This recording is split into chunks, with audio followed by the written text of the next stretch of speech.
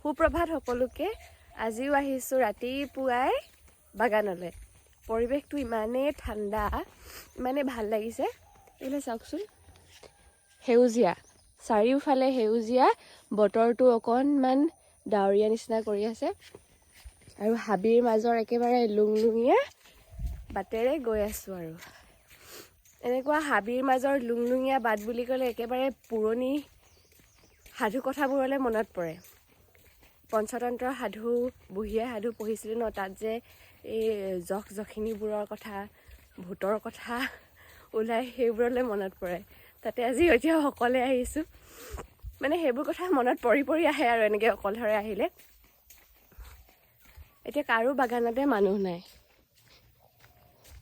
আহি থাকোঁতে বৰদেউতা এজনে কৈছে, ৰাতিও আজি সপোনৰ চাহপাতখিনিকে দেখি থাকিল নেকি, শুই উঠি আহি যাছে বোলে। কি কৰিম আৰু, আচলতে পাতখিনি আজি মই যামগৈ, কালিয়ে মই কৈছিলোঁ বাৰু, আজি মই যামগৈ পাছবেলা। ৰাতিপুৱা যাম বুলি ভাবিছিলোঁ, কিন্তু সিদ্ধান্ত কৰিলোঁ পাছবেলাকৈ যোৱাটো। ৰাতিপুৱা পাতখিনি ছিঙি শেষ কৰি লওঁ। মা আহিব আৰু অলপ পাছত, দেউতা কিবা এটা কামত ওলাই গৈছে। চবৰে টোপনি ক্ষতি, কালি লক্ষী পূজা বুলি। তাতে আকৌ গৈছিলোঁ চিনেমা চাবলৈ, মাহঁত নগ'ল বাৰু, গাটো অকণমান বেয়া কৰিলে, দিনটো কাম কৰি থকা ভাগৰে যুগৰে। ভাইটিয়ে মই গ'লোঁ, গৈয়ে ঘূৰি আহিলোঁ। অকণমান সময়হে চালোঁ। আমি ভাবি গৈছিলোঁ যিখন চিনেমা দেখাব বুলি, সেইখন চিনেমা নেদেখুৱালে।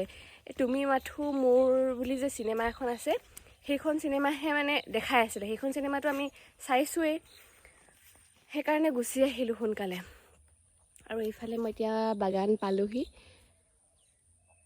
এইজোপা গছ দেখিছেনে?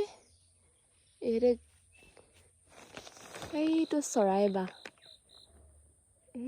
এইটো